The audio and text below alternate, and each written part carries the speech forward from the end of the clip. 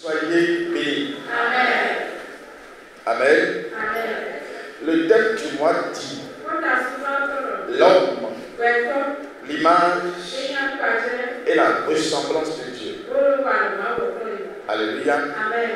Et je crois que les séances passées, nous avions défini qui est Dieu. Il nous a amené par sa grâce à le connaître dans toutes ses dimensions. Nous avions aussi défini qui est véritablement l'homme pour Dieu. Que représente l'homme pour Dieu. Et nous avons compris que Dieu est l'être suprême. Cet esprit qui est au-dessus de tout, qui n'a ni de commencement ni de fin, mais qui connaît le commencement de toutes choses et la fin de toutes choses. Cet esprit qui au départ se mouvait au-dessus des eaux, parce qu'il a existé avant que tout ne commence. Cet esprit qui ne somnole ni ne dort, cet esprit qui ne mange pas, mais qui a réussi quand même par sa force à créer toutes choses. Tout ce qui nous entoure dans ce monde a été créé par Dieu. Aucun autre esprit n'est au-dessus de lui. Alléluia. Il est le Tout-Puissant. Il est le Dieu souverain. Amen. Vous avez aussi compris que à un moment donné, cet esprit s'est donné un projet. Et ce projet était la création de l'homme qui doit être à l'image et à la ressemblance de ce Dieu. Et lorsque l'homme a été créé, ce Dieu a semé son esprit en lui.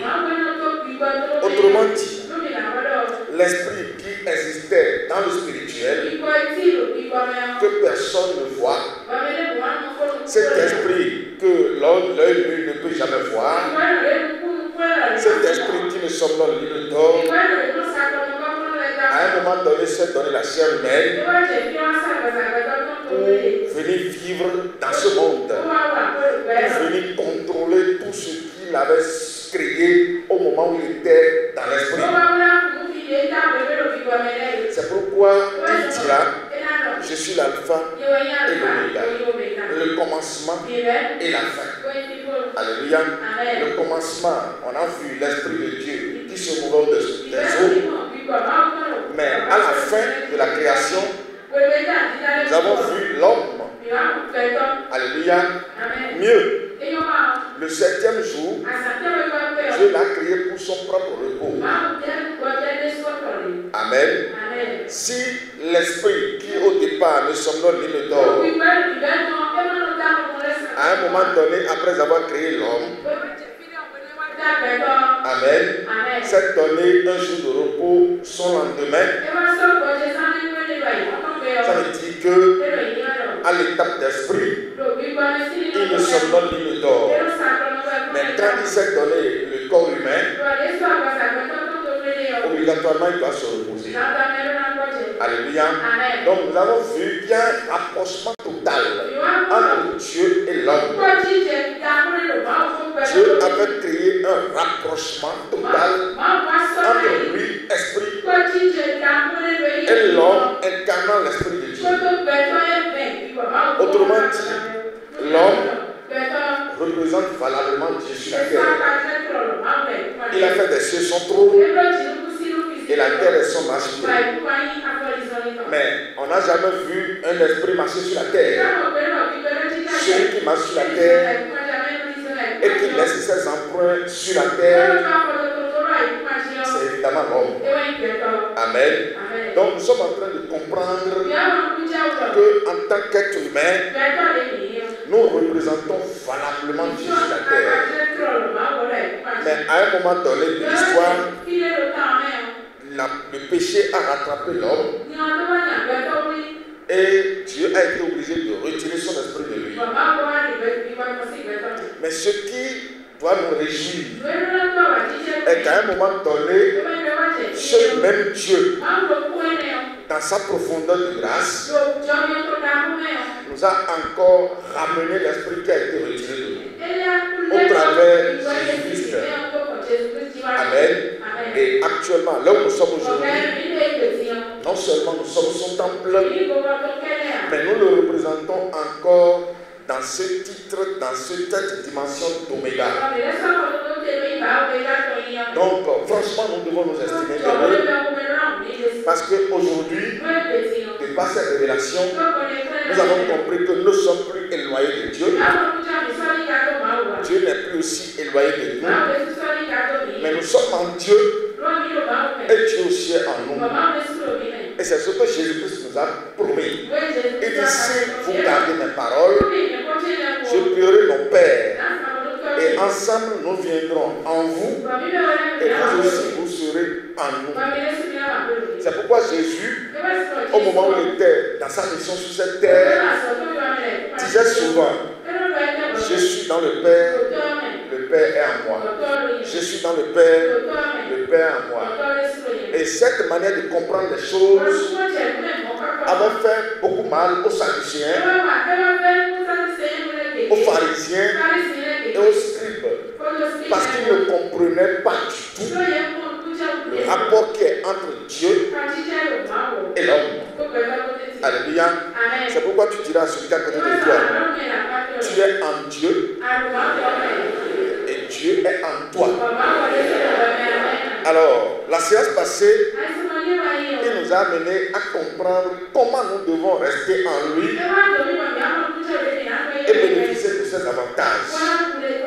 Parce que si Dieu vous amène à cette compréhension, c'est pour que nous puissions bénéficier abondamment et gratuitement de toute sa richesse. Dieu, à l'étape d'esprit, ne mange, il ne dort, il ne somnole. Mais à l'étape d'Oméga, obligatoirement il doit manger. Parce qu'à l'étape d'Oméga, il s'est donné la chair humaine. Amen. Donc, nous qui existons aujourd'hui et qui venons de Dieu, nous devons savoir quoi. L'homme ne peut jamais se nourrir. L'homme ne peut jamais se vêtir. L'homme ne peut jamais s'instruire. Il ne peut jamais se loger parce que sa demeure éternelle, c'est en Dieu. Amen. L'homme ne peut aussi jamais se soigner. C'est Dieu qui soigne l'homme. La vie de l'homme est dans les mains de Dieu. Autrement dit, l'homme ne peut jamais se soigner lui-même, mais c'est Dieu qui le soigne, c'est Dieu qui le nourrit, c'est Dieu qui lui donne des vêtements, c'est Dieu qui lui fait tout. Alléluia. Donc nous sommes allés comprendre la fois passée que Dieu, au départ, nourrissait ce corps. Parce que c'est à cause de ce corps qu'il avait créé de la richesse. Mais lorsque le péché avait saisi ce corps, à un moment donné, il a dit qu'il ne va plus jamais nourrir ce corps corruptible, ce corps qui ne peut plus jamais abandonner le péché. Parce que si nous existons aujourd'hui, ce n'est plus dans ce corps que Dieu nous voit, mais Dieu nous voit dans les corps incorruptibles que lui-même avait programmé pour nous. Jésus nous a donné l'exemple, bien sûr, parce qu'au moment où il était mort, au moment où on l'a enterré, à la résurrection, Jésus n'a plus porté le même corps qu'il avait porté où on l'enterrait. Mieux, il disait même à ses apôtres, ne me touchez pas, parce que les apôtres étaient encore dans ce corps corruptible. Donc nous avons compris la fois passée que, étant enfant de Dieu aujourd'hui, parce que sans avoir l'esprit de Dieu, vous ne pouvez jamais être enfant de Dieu. On n'est pas enfant de Dieu parce qu'on va dans une église. On n'est pas enfant de Dieu parce qu'on est choriste. On n'est pas enfant de Dieu parce qu'on est interprète. Mais on est enfant de Dieu parce qu'on connaît Dieu. On arrive à le discerner parce qu'on croit aussi en lui, le vrai bien sûr, et qu'il a retourné son esprit en nous.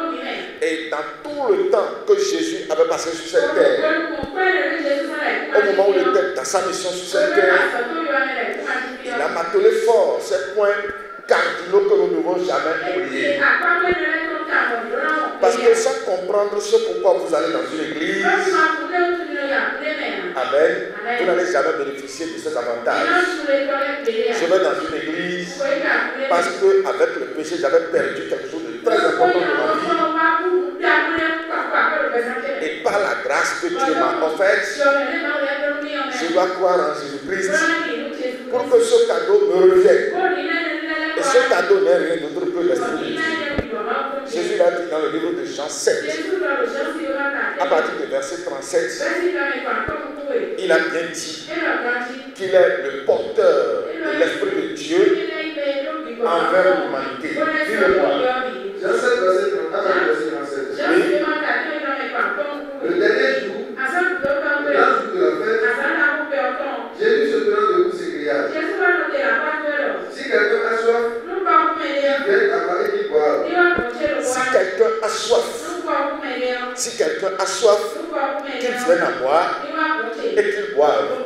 Au moment où il déclarait ces paroles, le monde entier avait soif.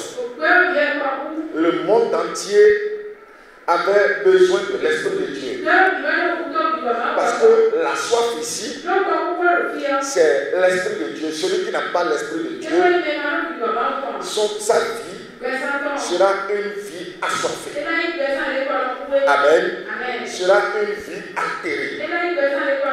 Et obligatoirement, il doit croire en Jésus pour recevoir cet esprit avant d'avoir satisfaction à ses besoins. Parce que sans avoir l'Esprit de Dieu, Dieu ne peut jamais même vous compter parmi ses enfants. Parce que celui qui est enfant de Dieu va bénéficier du statut de Dieu.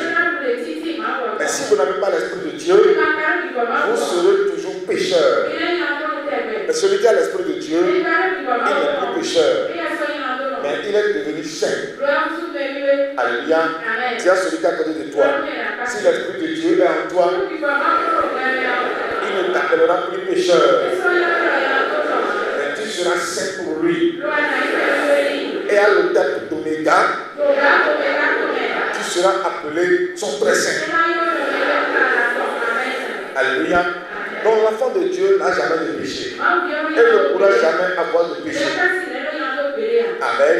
Mais si l'Esprit de Dieu n'est pas en vous, si vous n'avez pas eu cette grâce de le discerner parmi les faux dieux, pour qu'il vous retourne l'Esprit de Dieu, vous aurez toujours l'esprit accusateur en vous, qui n'est rien d'autre que le diable, que les églises combattent sans relâche, sans jamais savoir que le diable même est en eux. Alléluia. Sinon, comment comprendre qu'on se lève pour combattre contre quelqu'un qui est en l'homme lui-même? Chose impossible. Nous ne pouvons jamais nous lever maintenant et combattre contre Dieu, parce que l'Esprit de Dieu est en nous. Mais ce que le monde chrétien ne comprend pas, amen, étant toujours pécheur, ce monde ne sait pas pourquoi il est toujours pécheur. Il ne sait pas que c'est parce que l'esprit de Satan est en eux. C'est pourquoi Satan les accuse à la régulière. Alléluia. Donc, vivez d'abord la lecture. Vas-y. Celui qui va avoir, oui, le peuple de couleur de son sein, quand il est dur. Celui qui croit en moi, des fleuves d'eau vive couleront de son sein, comme dit l'Écriture. Amen. Cette eau vive prend le symbole de quoi? Le symbole du Saint-Esprit. Alléluia. On dit celui qui croit en moi, des fleuves d'eau vive. Si le Saint-Esprit devient abondant en nous, où le péché va-t-il passer pour nous séquestrer encore? Alléluia. Parce que là où il y a l'Esprit de Dieu, le péché est ailleurs. Le péché, qui est l'esprit de Satan, ne peut jamais habiter avec l'Esprit de Dieu au même endroit. Soit l'Esprit de Dieu en nous, et nous sommes enfants de Dieu, soit c'est l'Esprit de Satan, et l'homme devient enfant de Satan. Parce que l'Esprit que vous incarnez fait de vous son enfant. Amen. La Bible nous l'a dit dans Jean 1, verset 11. Il dit à tous ceux qui l'ont reçu, à tous ceux qui croient en son nom, il leur a donné le pouvoir de devenir enfants de Dieu, lesquels sont nés non du sang, ni de la volonté de l'homme, ni de la volonté de la chair, mais de Dieu. Dieu qui est esprit, bien sûr. Alléluia. Donc lorsque l'Esprit de Dieu revient en vous, il fait de vous son enfant. Et si c'est l'esprit de Satan aussi qui est en vous, il fera de vous son enfant. Et l'enfant de Satan sera toujours pécheur. Parce que son père Satan a été condamné dès le commencement. Amen. Mais rien ne peut condamner Dieu. Amen. C'est pourquoi les élus de Dieu aussi ne seront jamais accusés.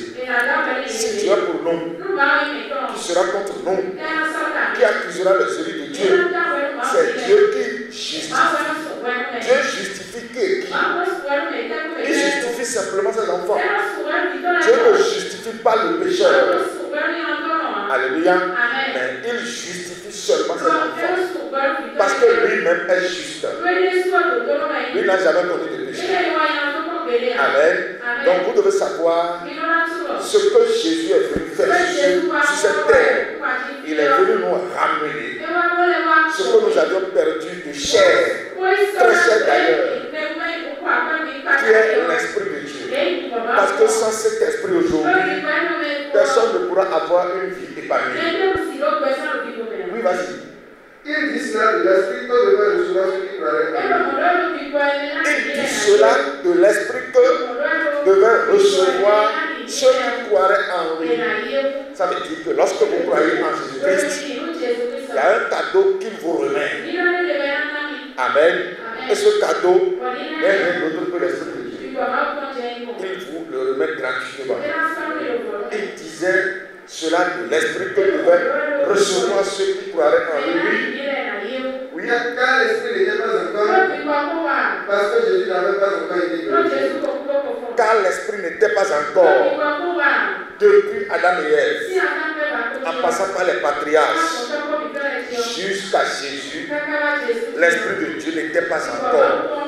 Ça veut dire que tout ce monde qui avait vécu sans l'esprit de Dieu avait une vie altérée, avait une vie amère, très amère d'ailleurs. Amen. C'est pourquoi la loi ne les a jamais pardonnés. La loi les accusait à la rivière. Mais nous, c'est pourquoi souvent je vous dis, nous devons nous estimer heureux.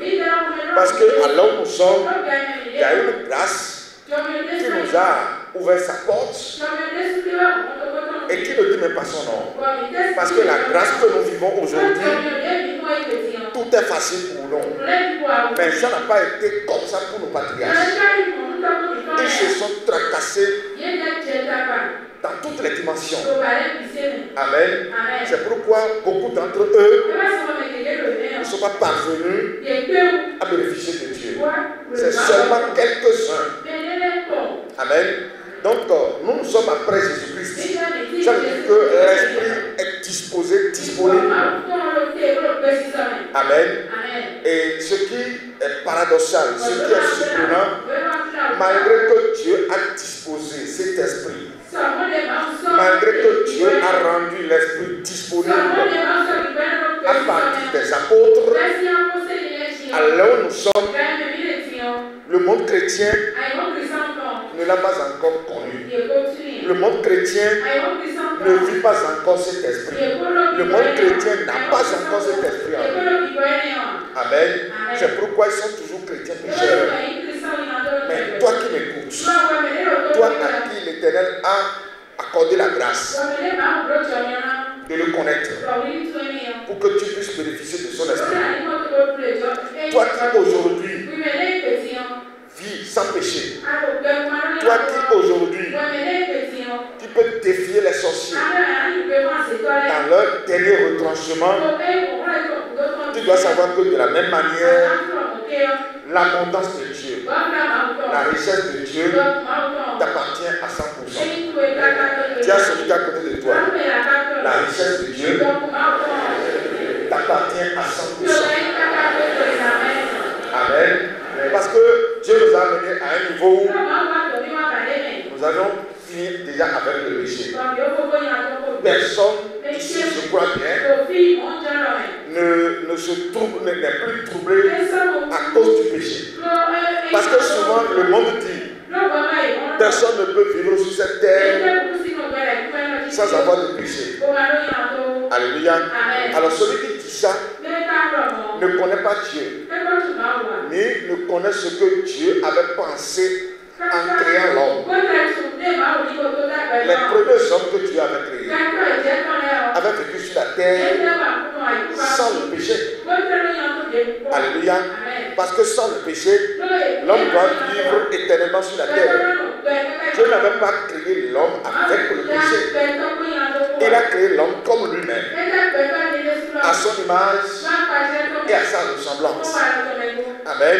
Donc si l'homme devrait être à l'image de Dieu, et que Dieu est très saint, et il ne doit jamais mourir, donc au départ, nous devons aussi comprendre que les premiers hommes qui ont été créés, amen, qui ont été conduits directement par la parole de Dieu, n'avaient pas de péché. Amen. Et si le péché ne les rattrapait pas, ils allaient vivre éternellement juste à la maison. Et à notre naissance, on allait aussi les voir. Amen. C'était le plan de Dieu. Dieu n'avait jamais programmé la mort pour l'homme. Parce que l'homme c'est lui-même. Si l'Esprit de Dieu ne meurt jamais, donc l'homme aussi normalement ne devrait pas mourir. Amen. Donc nous ici aujourd'hui, nous devons savoir, comme Dieu nous a donné son esprit, déjà nous sommes au-dessus de tout. Nous sommes au-dessus de la sorcellerie. Nous sommes au-dessus de l'envoûtement. Nous sommes au-dessus de tout ce qui peut exister dans le spirituel et qui sera maléfique pour l'homme. Alléluia. Nous aujourd'hui, si nous existons et que l'Esprit de Dieu est en nous, dans le monde spirituel, nous sommes les vrais dominants. C'est nous qui dominons. Et nous avons une domination absolue. Si au départ, l'Esprit de Dieu n'avait pas été dominé par un autre esprit, et que l'Esprit de Dieu est au-dessus de tout, nous devons savoir que en incarnant cet esprit aujourd'hui, nous aussi nous dominons sur tout. Alléluia. La sorcellerie de ta maison est en dessous de toi. Amen. Le bokono est en dessous de toi. Le grand féticheur de ton village et ses fétiches sont en dessous de toi. Ils représentent tes marches-pieds. Amen. Donc aujourd'hui, nous sommes en train de comprendre que nous n'allons plus dépenser notre énergie pour nous occuper de ceux-là. Parce que, étant dans la dimension d'Oméga, nous savons que la richesse de Dieu aujourd'hui nous revient de droit. Nous sommes les ayants droit. Amen. Ceux pour qui Dieu a disposé toutes ces richesses. Si l'or et l'argent appartiennent à Dieu, obligatoirement, ils nous appartiennent aussi. Parce que ce qui appartient à notre Père nous revient en héritage. Et c'est pourquoi la parole nous dit dans le livre de Galates, aussi longtemps que l'héritier sera enfant, il ne diffère en rien d'un esclave. C'est pourquoi Dieu, par sa grâce, nous a fait croître en lui. Il nous a enlevé de la petitesse. Il nous a enlevé du niveau de l'enfant. Et aujourd'hui, nous sommes déjà devenus grands. Tu as celui qui a côté de toi, tu es devenu grand au nom de Jésus-Christ. Qu'est-ce qui explique cette grandeur? Si je vis, ce n'est plus moi qui vis, c'est Dieu qui vit en moi. C'est le Christ qui vit en moi. Parce que son nom aujourd'hui, c'est Jésus-Christ. Alors si c'est le Christ qui vit en moi, amen, ça veut dire que tout ce qui appartient au Christ m'appartient de toi. Amen. Donc je n'ai plus le droit de me tracasser dans les prières sans solution. Amen. Mais ce qui me plaît est déjà à ma disposition. Amen. Parce que je ne suis plus même appelé serviteur, mais je suis appelé son ami. Parce que je sais ce qu'il fait. Et il m'a accordé la grâce de me mettre aussi au travail. Amen. C'est pourquoi tout ce qui me plaît, tout ce qui sera à mon besoin, tout est déjà donné comme solution. Donc si je me lève, je dois prendre ce que je veux. Je n'ai plus besoin de dire, oh Seigneur, pardonne-moi. Ça, c'est ce maudit même ça. Je n'ai plus besoin de me dire, où est-ce que je vais trouver telle chose. Tout ce que je veux, tout est en Dieu. Et si je suis en lui, ça veut dire que je vois déjà. Amen. Je vois tout ce que je veux, je le vois déjà. Amen.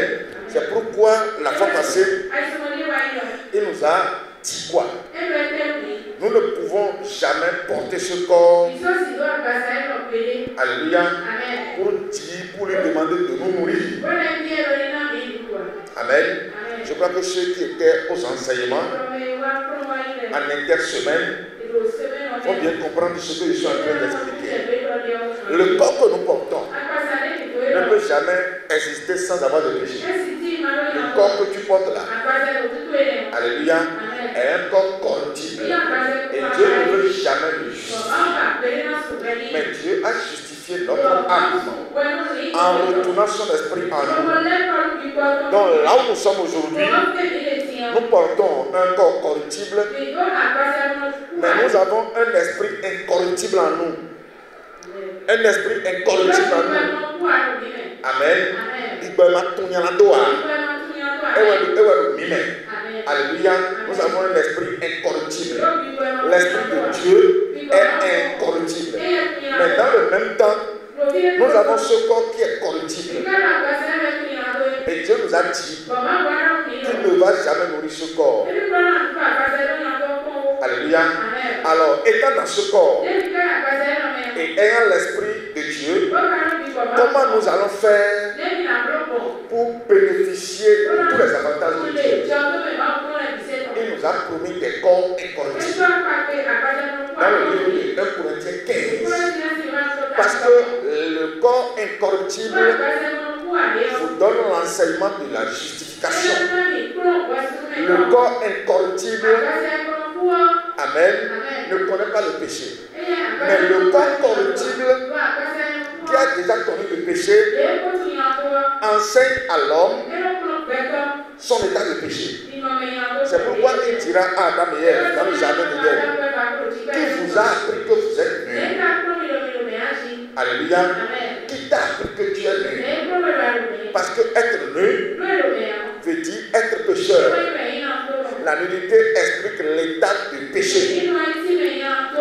Donc, à l'heure où nous sommes, Dieu nous permet d'aller porter nos corps incorruptibles qui ne sera pas visible à l'heure où nous sommes, mais au renouvellement de toutes choses. Au moment où Dieu va finir avec ce monde, il va nous faire revêtir de ces corps-là. Et nous allons les voir physiquement. Mais à l'heure où nous sommes, par la foi, il nous permet de porter ce corps. Quand bien même le temps de la fin n'est pas encore venu. Et lorsque nous portons ce corps, nous devons savoir quoi? L'Esprit de Dieu en nous est incorruptible. Notre corps incorruptible, appelé corps céleste, que nous portons par la foi, est aussi incorruptible. Ça veut dire qu'il y aura une compatibilité totale entre l'Esprit de Dieu qui est en nous et le corps céleste que nous portons par la foi. Qui me suit vraiment? Alléluia. Donc, lorsque nous allons porter ce corps par la foi, nous devons savoir que nous n'avons jamais péché depuis que nous sommes nés. Amen. Parce que qu'est-ce qui va expliquer le péché en nous? Ce n'est plus l'Esprit de Dieu. Amen. Qui est en nous. Ce n'est plus le corps incorruptible que nous portons. Amen. Ce n'est plus le corps incorruptible que nous portons par la foi. Amen. Ce n'est plus ce corps qui va nous enseigner le péché. Le corps qui enseigne le péché, c'est ce corps que nous portons. Donc, normalement, toi qui viens ici, amen, qui crois en ces enseignements, amen, toi qui crois en ces enseignements, tu dois savoir que l'Esprit de Dieu qui est en toi ne peut jamais faire d'amitié avec ce corps. Amen. Et lorsque vous ne connaissez pas ces enseignements, vous allez toujours promener des regards inquiets. Vous allez toujours gémir, vous allez toujours... C'est-à-dire, vous n'allez jamais parvenir à l'étape de la vraie justification. Donc, à là où nous sommes, ce corps est en nous, c'est-à-dire ce corps est là, mais n'a plus d'effet. Alléluia. On le voit, je te vois, tu me vois. Alléluia. Mais ce corps que nous portons aujourd'hui n'existe même plus. Amen. Mais le corps que nous portons pour venir devant Dieu, c'est le corps qui n'a jamais connu le péché. Et c'est ce corps que Jésus allait nous préparer. Je m'en vais vous préparer une place. Et je reviendrai vous chercher pour que vous soyez là où je suis. Alléluia. Nous ne pourrions jamais rester à côté de Jésus avec ce corps corruptible. Non. Amen. Mais nous allons rester à côté de lui avec le corps incorruptible dont lui-même s'est revêtu au moment où il est ressuscité. Alléluia. Donc si nous savons que nous portons désormais ce corps, amen, donc nous devons savoir que nous n'avons plus de péché. Tu as celui à côté de toi. Depuis que tu es né. Et c'est quelle naissance? Ce n'est plus la naissance de nos parents biologiques, mais c'est la naissance de Dieu. La naissance que Dieu nous accorde. Amen. Donc dis-le lui, depuis que tu es né, tu n'as jamais péché. Alléluia. Ça veut dire quoi? Depuis que nous sommes devenus enfants de Dieu et que l'Esprit de Dieu est en nous, Dieu ne regarde plus ce corps que nous portons, mais il nous permet de porter notre corps. Parce que c'est ce corps qui veut nourrir désormais. Et lorsque nous venons devant lui, avec ce corps incorruptible, incarnant l'Esprit de Dieu, nous allons nous exprimer juste devant lui. Nous allons lui dire que nous n'avons jamais péché. Amen. Nous pourrions lui dire que depuis qu'il nous a fait naître, que nous sommes les très saints. C'est à partir de cette compréhension que vous pourriez avoir tout ce dont vous avez besoin. Il a dit, cherchez premièrement le royaume de Dieu et sa justice, et toutes ces choses vous seront données par-dessus. Donc en réalité, c'est Dieu qui donne à son enfant. L'enfant lui-même n'est pas appelé à faire quoi que ce soit. Même ce que tu fais là, le job que tu exerces, le travail que tu exerces, si tu te dis que c'est toi-même qui fais le travail, tu auras beaucoup de difficultés. Si ton commerce, tu dis que ça t'appartient à toi-même, et que c'est toi qui fais le commerce, mais tu ne connais rien. Alléluia. Mais c'est Dieu en toi qui fait le commerce. C'est Dieu en toi qui fait le travail à ta place. C'est Dieu en toi qui travaille dans le bureau. Lorsque tu te confies à lui de cette manière, amen, il va toujours t'abonder. Toi-même, tu ne sauras même pas comment les bénédictions viennent. Parce qu'en réalité, c'est Dieu qui crée les opportunités. Là où tu es là, s'il veut te rendre milliardaire, c'est tout de suite. S'il veut te rendre millionnaire, c'est tout de suite.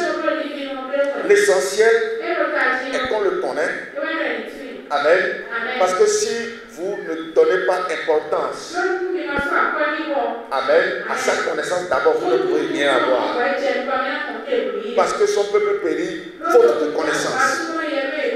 Amen. C'est lui qui crée les opportunités.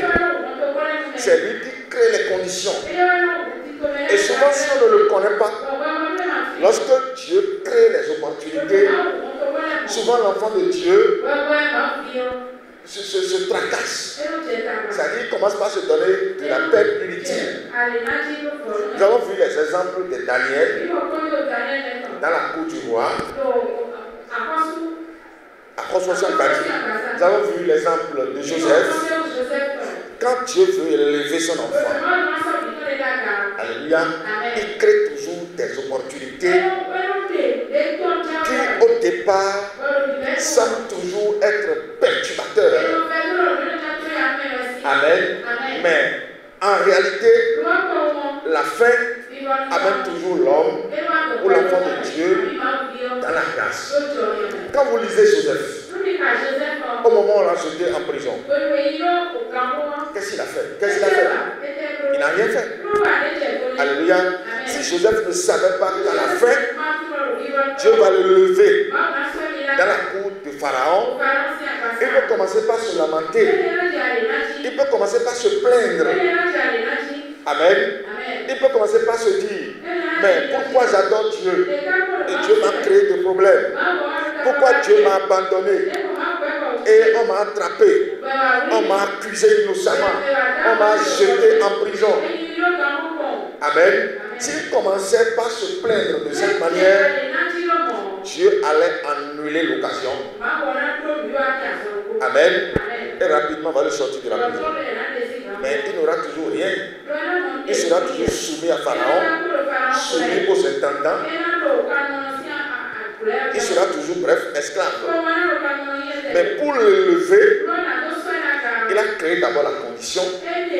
Il a créé d'abord les opportunités. Et on l'a jeté en prison. Amen. C'est ce regard que Dieu va nous donner maintenant.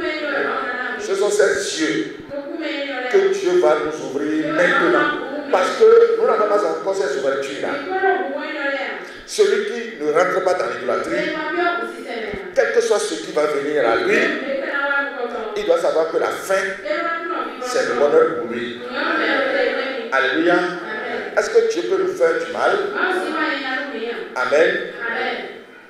Tout ce qui vient à l'enfant de Dieu doit être considéré comme du bien. Alléluia. Que nous dirons donc à l'égard de ces choses. Amen. Dieu ne peut jamais faire du mal à ses enfants. Donc nous avons compris que la fin, Joseph a été béni. Il a été élu. Si Pharaon n'était pas roi, il allait prendre la place de Pharaon. Mais c'est parce que Pharaon ne peut pas le nommer, ne peut pas lui donner une place qui sera au-dessus de lui. C'est pourquoi il a nommé Premier ministre. Sinon, son intelligence dépasse celle de Pharaon. Et c'est à cause de Joseph que les Égyptiens avait survécu au moment où la famine avait frappé le monde entier. C'est à cause de lui seul que les Égyptiens avaient survécu mieux. C'est à cause de Joseph que l'Égypte était devenue riche dans le temps. Amen. Amen. Daniel aussi pareil. Au moment où on l'a jeté de la fosse au lion, il peut commencer aussi par se plaindre, comme ce que nous faisons ici aujourd'hui. Parce que lorsque une difficulté vient, on commence par gémir, on commence par se plaindre.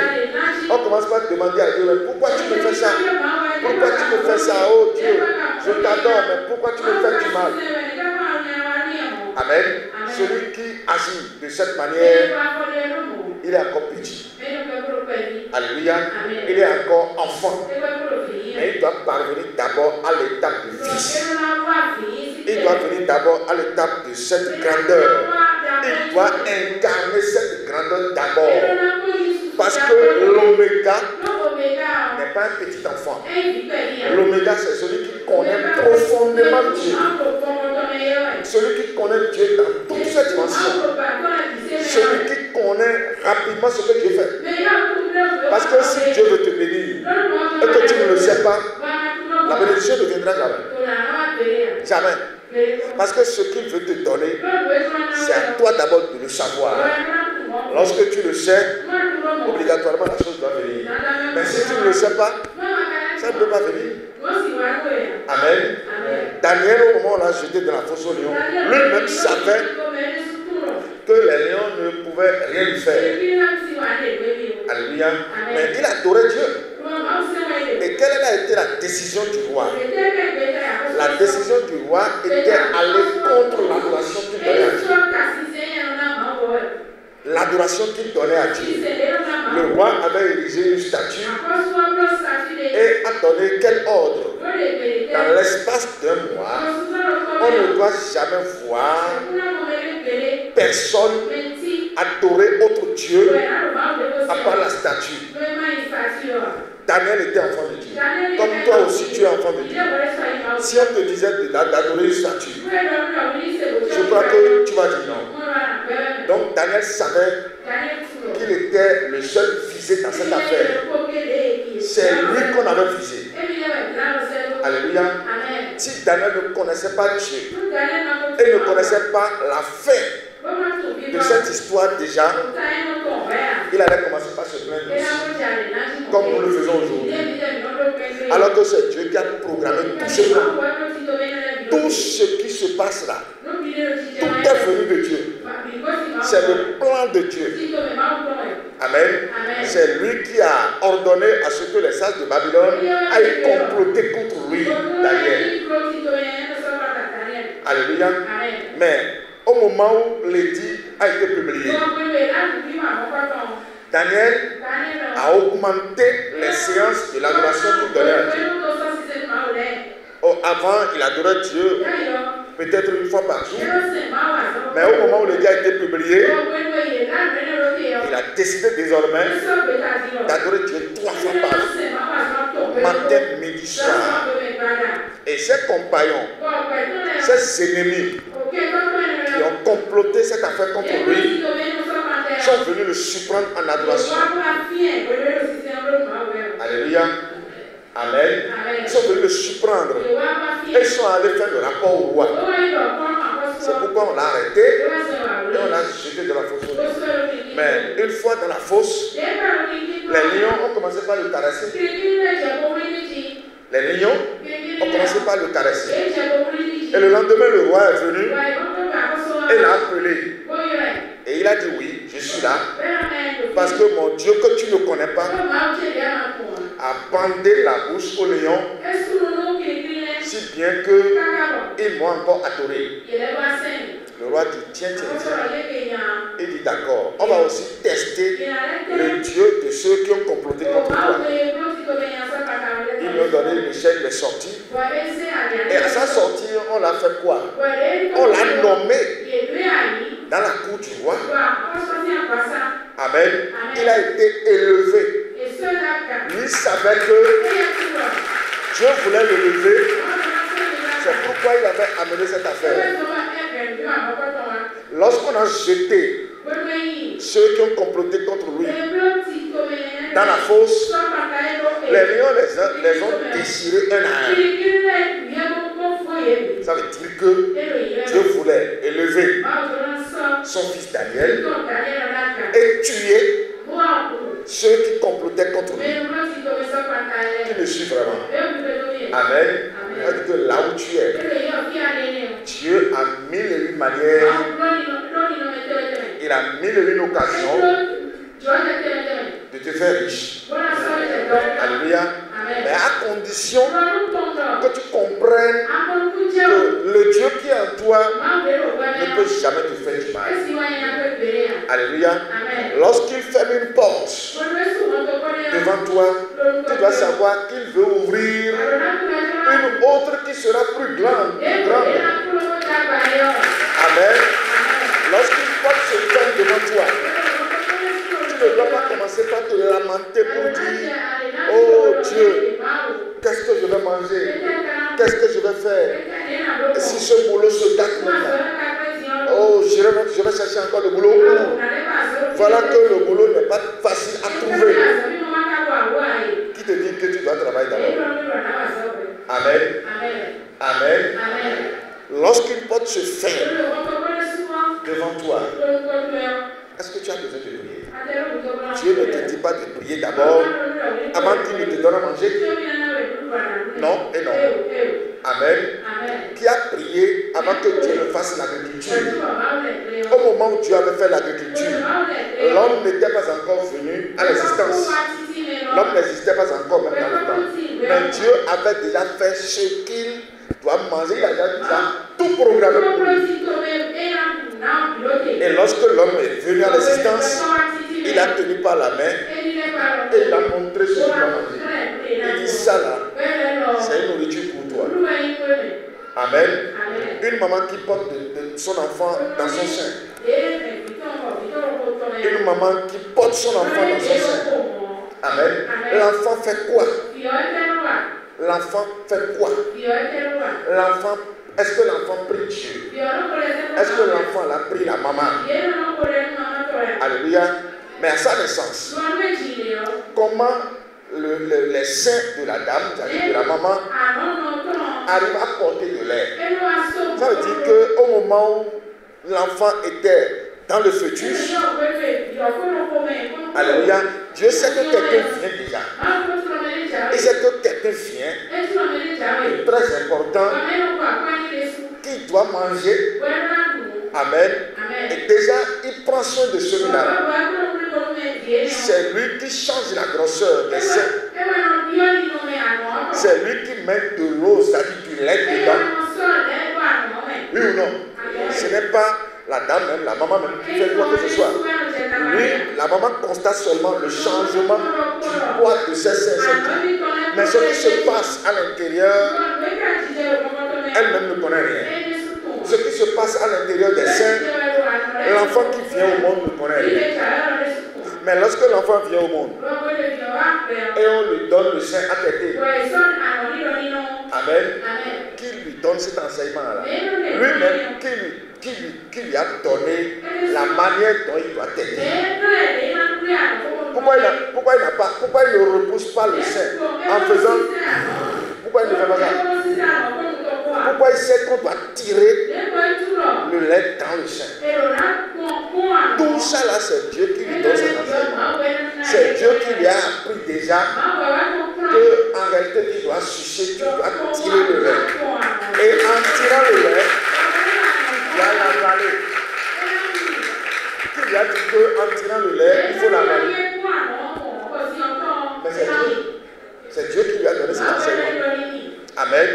Le bébé d'un jour là vit déjà dans la grâce de Dieu. Écoute déjà la parole de Dieu. Se conforme à la parole de Dieu. Et c'est comme ça que Dieu prend soin de ses enfants. Donc tu dois savoir que est-ce qu'on a besoin de prier avant que Dieu nous donne quoi que ce soit? Je crois que non. Amen. Le nouveau-né ne prie pas sa maman avant que la maman lui donne le sein à téter. Le nouveau-né Ne prie pas son père biologique, mais Dieu. Avant qu'on lui donne le lait à boire. Amen. Donc vous devez savoir que là où nous sommes, à l'étape d'Oméga, nous sommes ceux-là à qui Dieu veut donner le lait. Nous sommes ceux-là à qui Dieu veut donner tout ce qu'il possède. Nous sommes ceux-là à qui Dieu a déjà disposé tout. Amen. Dis à celui qui a côté de toi, l'Éternel t'a déjà disposé tout. Amen. Ce qui nous reste aujourd'hui, c'est quoi? C'est de connaître ce que nous sommes pour lui, de nous mettre à la tâche. Amen. C'est pourquoi souvent je vais vous le rappeler. Je ne cesserai jamais de vous le dire. Il dit, je vous appelle mes amis. Une maman ne peut jamais appeler son enfant son ennemi. Amen. Une maman ne peut jamais appeler son enfant son ennemi. Amen. Mais la maman appelle ses enfants ses amis. Oui ou non? Donc Dieu nous appelle ses amis. Il dit, je ne vous appelle plus serviteurs. Pourquoi? Parce que vous connaissez ce que Dieu fait. Ça veut dire que si ce que Dieu fait, nous ne le connaissons pas, nous serons toujours à l'étape de serviteurs. Et aujourd'hui, nous ne sommes plus serviteurs, mais nous sommes amis. C'est pourquoi il est l'alpha et l'oméga. L'oméga est l'ami de l'alpha. Et l'alpha aussi a un seul ami qui est son oméga. Amen. Dis à celui qui est à côté de toi, tu es l'ami de Dieu. Tu es l'ami de Dieu. Parce que tu connais ce que Dieu fait. Amen. Si nous connaissons ce qu'il fait et que l'œuvre va toujours de l'avant, ça veut dire que nous devons nous mettre à l'œuvre. Il est venu faire quoi? Il est venu donner le Saint-Esprit. Il est venu retourner le Saint-Esprit. Nous aussi aujourd'hui, ayant déjà le Saint-Esprit en nous, nous devons savoir aussi le donner à d'autres qui n'en ont pas. Nous devons savoir le donner à d'autres qui n'en ont pas au travers l'évangélisation. Et c'est à ce niveau que nous pourrions dire que nous sommes ses amis.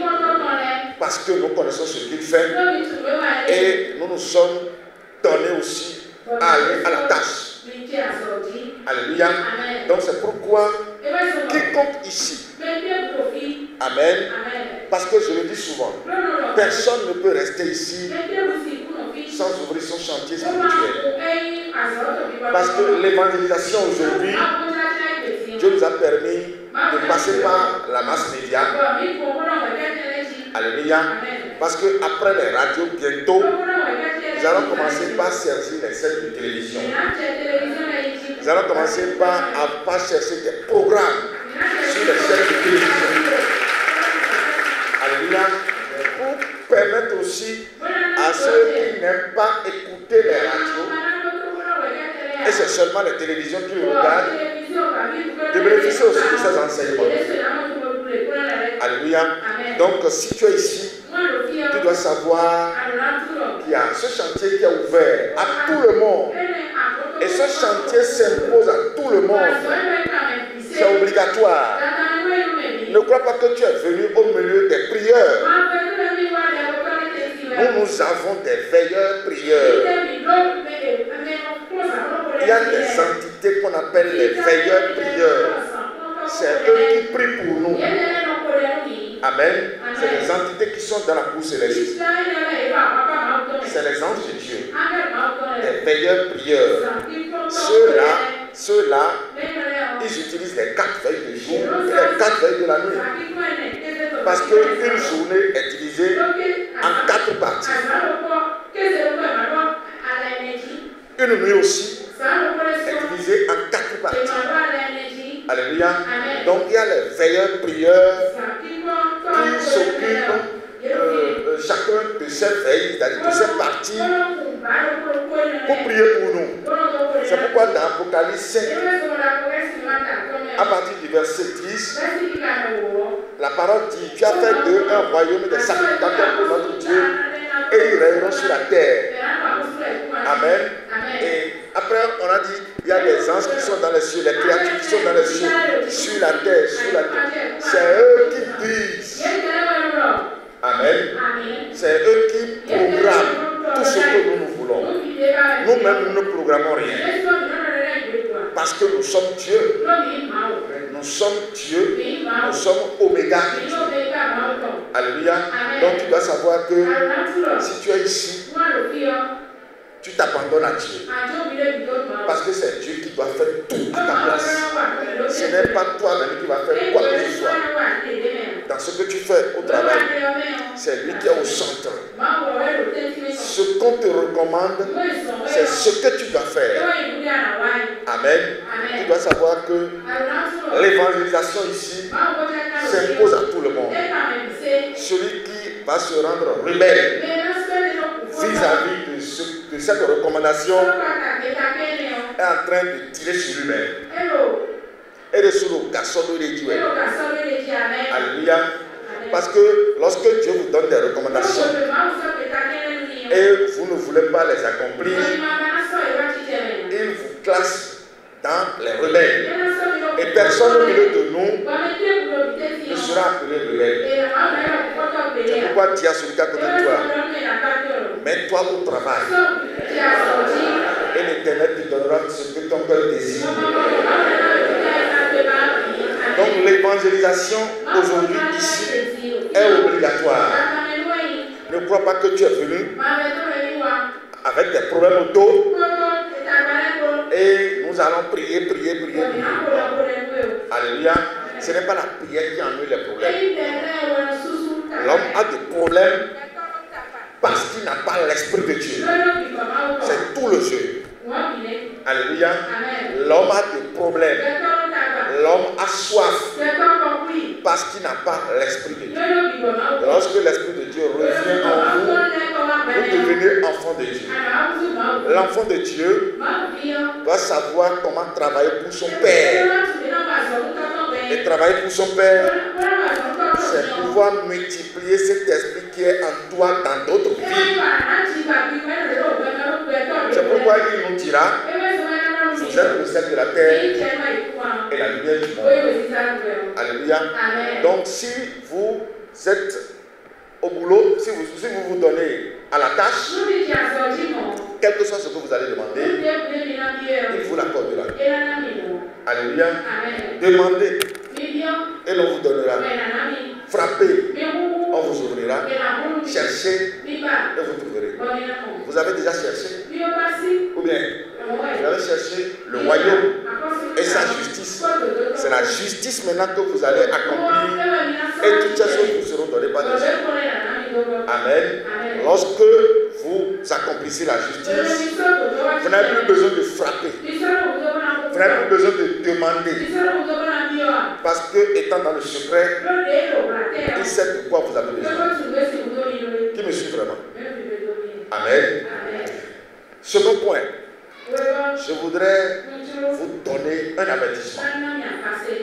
L'avertissement pointe du doigt le système satanique mondial, amen, qui va démarrer sa dernière phase à partir de demain. Quand on dit décembre, c'est une face de l'ennemi. Quand on dit Janus, Janus a deux visages. Amen. L'un en avant, l'autre tourné en arrière. Quand on dit Janus, amen, c'est un démon à Rome qui a double face, qui a deux visages.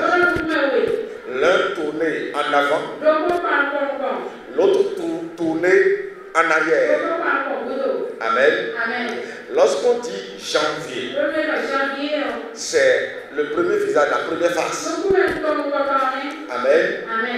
Lorsqu'on dit décembre, c'est la deuxième phase. Alléluia. Donc les 2 mois là incarnent le commencement et la... Alléluia. Qui me suit vraiment? Le commencement de l'année romaine, c'est janvier. La fin de l'année romaine, c'est... Autrement dit, la 12e compte satanique qui va se lever demain, amen, viendra encore avec une autorité que nous allons briser tout à l'heure. Alléluia. Parce que le pouvoir nous a été donné dans le livre de Luc 10, verset 19, de marcher sur les serpents, de marcher sur les scorpions, de marcher sur toute la puissance de l'ennemi, et rien ne pourra nuire. Le seul peuple à qui ce pouvoir a été donné de marcher sur Janus, c'est toi, c'est moi. Le chrétien pécheur ne peut jamais le faire. Le chrétien pécheur ne peut jamais le faire. Le chrétien catholique ne peut jamais le faire. Le chrétien céleste, dans les robes blanches, ne peut jamais le faire. Le musulman ne peut jamais le faire. Amen. Parce que eux tous adorent Janus.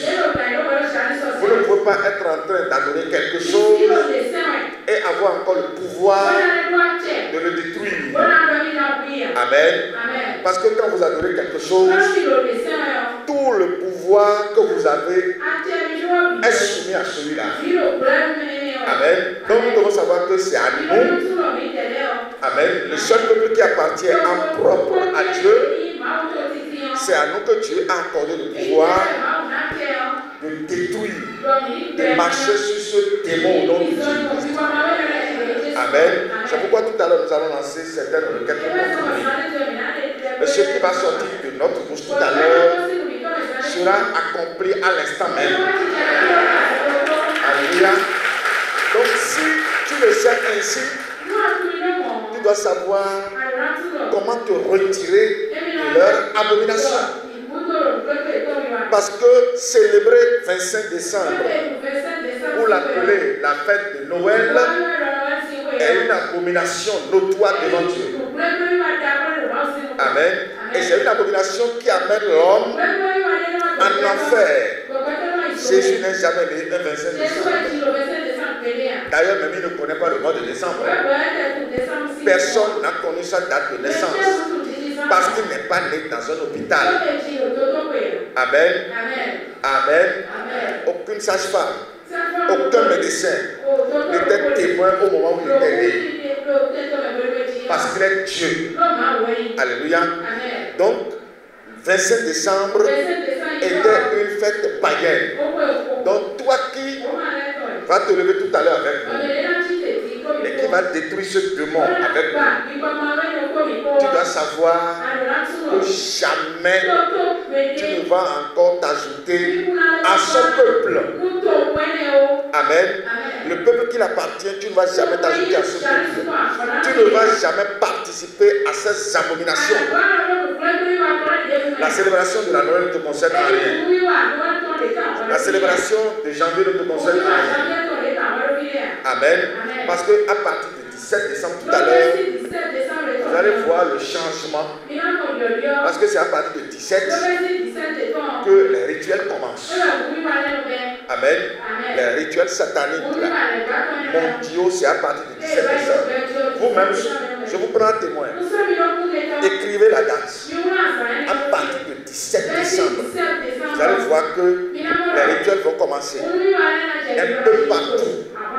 Donc l'enfant qui est né le 25 décembre, c'est un démon, ce n'est pas Jésus. Et son nom est Janus. Et c'est à la dédicace que son nom a été communiqué. Alléluia. Lorsqu'on met un enfant au monde, le 8e jour sera le jour de sa dédicace. Et c'est au jour de sa dédicace que son nom sera communiqué.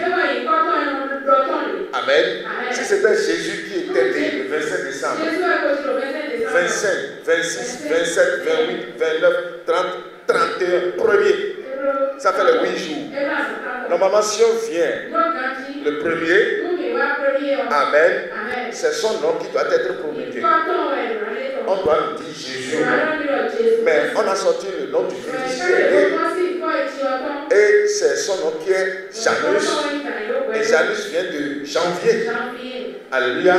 Donc quand on dit janvier, c'est le jour de la célébration de la dédicace de Janus. Amen. Parce que si c'était Jésus, on allait dire au moins Jésus-vier. Mais on n'a pas dit Jésus-vier. On a dit janvier. Donc toi qui m'écoutes, je ne sais pas ce qu'on va te donner à cette célébration et qui sera très intéressant, plus que ce que Dieu t'a donné, qui est son esprit. Amen. Alléluia. Qu'est-ce qui sera plus valeureux dans ta vie, plus que l'esprit de Dieu que tu t'as donné? Amen.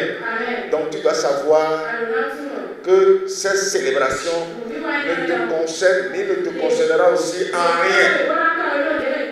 Amen. Mieux, c'est à nous de détruire. C'est à nous de renverser cette histoire au nom de Jésus-Christ. Parce que Dieu n'est pas encore venu à la fin de son année. Alléluia. Les pasteurs peuvent crier. Et ils le font. C'est de ça qu'il s'agit. Comment vous prononcez le nom de quelqu'un sans jamais chercher à connaître son système? Le système dans lequel il a créé tout. Quand Dieu disait, il y a un soir et un matin, il y a un soir et un matin, il comptait déjà le temps. Oui ou non? Il comptait déjà le temps. Il y a un soir et un matin. Mieux, dans le livre de Genèse, verset 14, il a donné aussi la permission à ses enfants de compter le temps comme lui. Il dit, les luminaires que j'ai mis dans le ciel vont vous servir de témoins pour compter les jours, les mois, les semaines, les époques et les années. Mais aujourd'hui sur la terre, qui compte le temps comme Dieu? Si c'est pas ce peuple que nous sommes. Amen. À part ce peuple que nous sommes, qui compte le temps comme Dieu? Même les églises, comptent-elles le temps comme Dieu? Non. Elles comptent le temps comme les Romains. Ce n'est pas les Romains qui nous ont créés. Nous ne sommes pas les omégas des Romains. Mais nous sommes les omégas d'eux. Alléluia. Donc, c'est à nous de compter les temps comme Dieu. Nous ne sommes pas au premier quartier aujourd'hui. Vous avez vu la lune à la moitié. Amen. Et c'est maintenant qu'ils sont venus à la fin. Ces voyous bateaux là. Maintenant on dit fin du mois. Quand on dit fin du mois, normalement la lune ne doit pas apparaître. Oui ou non? Maintenant regardez la lune là. Qui l'a vu avant de venir? Voilà. Elle est comment? À la moitié. La lune est au premier quartier. La lune a déjà fait 7 jours aujourd'hui. Et c'est maintenant que ces voyous sont venus à la fin. Amen. Ils sont venus à la fin de mois. Et le mois est là. Le mois dit non, je ne suis pas venu à la fin. Maintenant, ils ont fini quoi? Ils sont venus à la fin, peut-être à la fin de leur mensonge. Peut-être ça là. L'Éternel mettra fin à leur mensonge au nom de Jésus-Christ. Sinon, comment comprendre? Et tout le monde a été trahi de cette manière. Tout le monde sur la terre, sans exception. Sans exception. Alléluia. Ceux qui te disent, ceux qui se disent grands diplômés. Alléluia.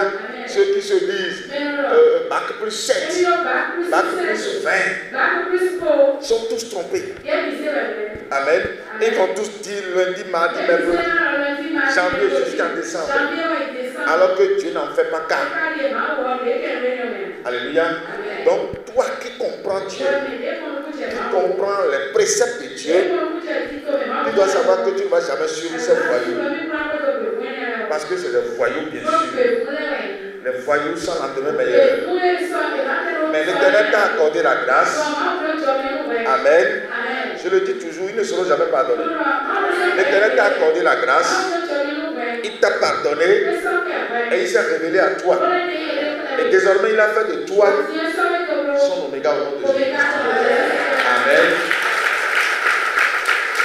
Donc tu dois savoir que tout le pouvoir t'a été donné, non seulement de bénéficier de la richesse de Dieu, tout le pouvoir t'a aussi été donné pour détruire les œuvres du diable.